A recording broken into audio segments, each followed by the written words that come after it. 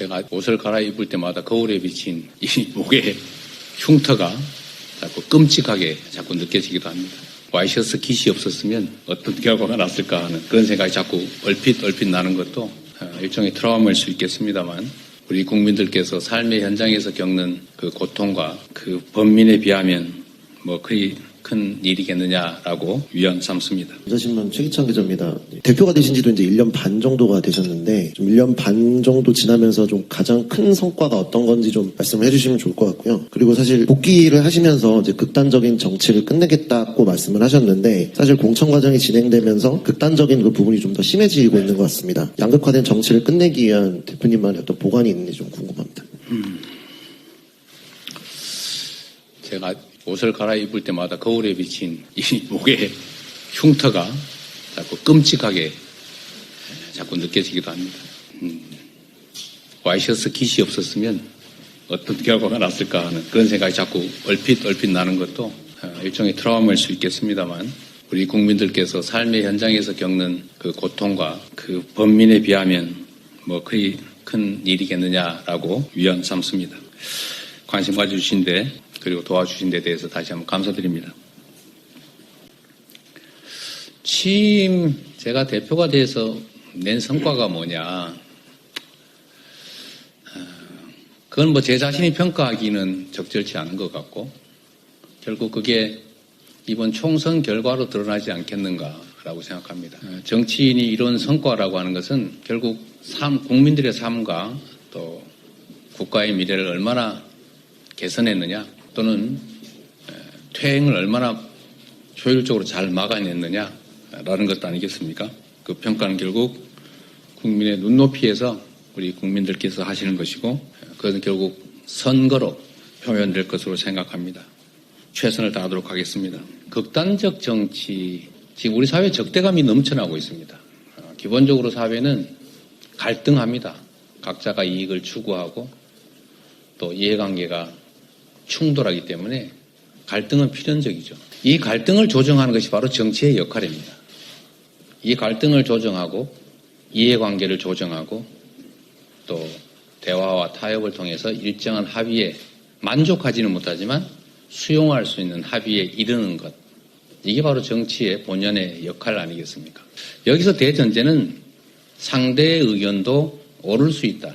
내 의견은 맞고 상대의 의견은 틀리다가 아니라 다르다라는 점을 인정하는 것입니다.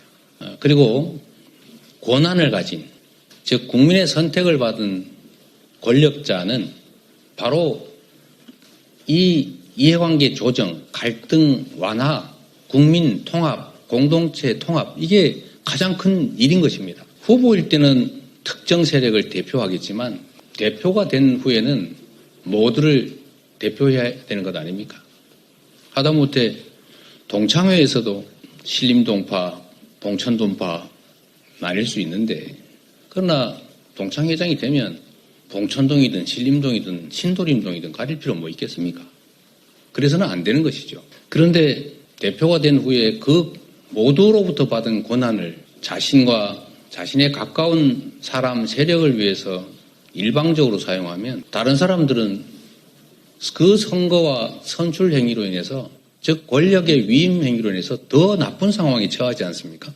갈등이 격화되는 건 불가피하죠. 이해관계가 충돌합니다. 그리고 합리적인 토론이나 또는 논리적인 수용이 불가능하기 때문에 감정적 적대 상태로 갈 수밖에 없습니다. 그래서 대통령의 역할이 중요합니다. 역대 대통령 누구도 개인적으로 감정이 없었겠습니까?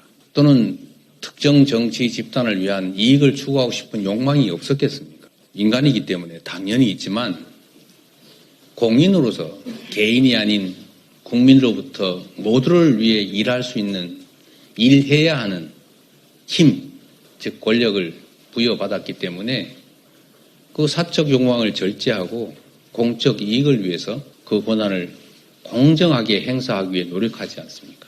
그런데 그 권력을 상대를 죽이는데 사용하게 되니까 국민들도 그에 맞춰서 좀 더 격렬하게 분열하고 갈등하고 적대하게 되는 것입니다. 저는 이번 저에 대한 소위 암살 시도, 이 정치 테러가 개인에 의해서 벌어진 일이라고 생각하지 않습니다.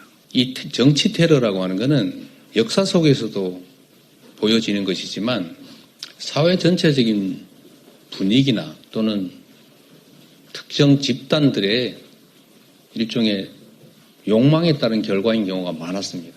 그분이 저하고 무슨 사적 감정이 있다고 백주대낮에 1년 동안 칼을 갈아서 단검을 만든 다음에 연습까지 해가면서 자신의 모든 것을 걸고 정확하게 목을 기녀서 칼을 찌르겠습니까? 저는 그분에 대해서도 참으로 안타깝게 생각합니다. 저한테 원한이 있어서 하는 것이라면 다르겠지요. 저는 본 적도 없는 사람입니다. 어떤 인연도 없는 사람이죠. 이게 지금의 현실입니다. 이걸 바꿔야 합니다.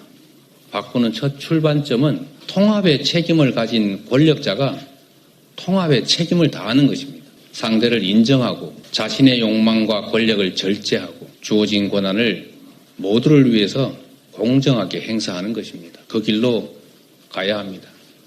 보셨겠지만 저도 가진 권한이 조금은 있어서 마음대로 할 수 있지만 저는 그렇게 하지 않습니다. 정부 여당에 대해서도 제가 인간적 비난을 하거나 하다못해 정책적 비판을 하더라도 도의와 한계를 넘은 일이 없습니다. 여러분도 한번 생각해 보십시오. 정치에서는 그래서 뭐라고 합니까? 유머라고 하는 게 원래 많았습니다.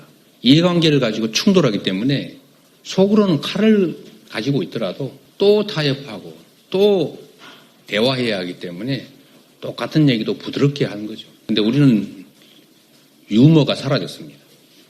적대적 언어를 국민의 모범이 되어야 될 정치인들이 마구 내쏟습니다.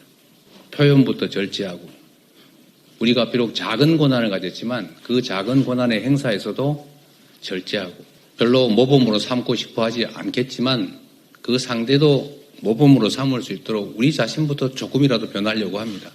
달리 방법이 없지 않습니까? 그리고 국민 여러분께도 이 자리를 빌어서 호소 말씀을 드리고 싶습니다. 미워하지 마십시오. 미워하면 미움받습니다. 힘들고 어려울지라도 인정하고 인내하고 이해하려고 서로 노력해야 합니다. 물론 우리 국민들께서 힘들고 어려운 상황에서 잘 견뎌주고 계신 걸 압니다. 일부 지나친 과격한 언행으로 서로에게 상처 주는 일들이 최소화될 수 있도록 할 수 있는 범위 내에서 노력해 주십사 하는 부탁을 드립니다. 특히 이번 선거의 즈음에서 내부의 경쟁이든 외부와의 경쟁이든 도와 선을 넘지 않는 각별한 관심과 노력을 부탁드립니다.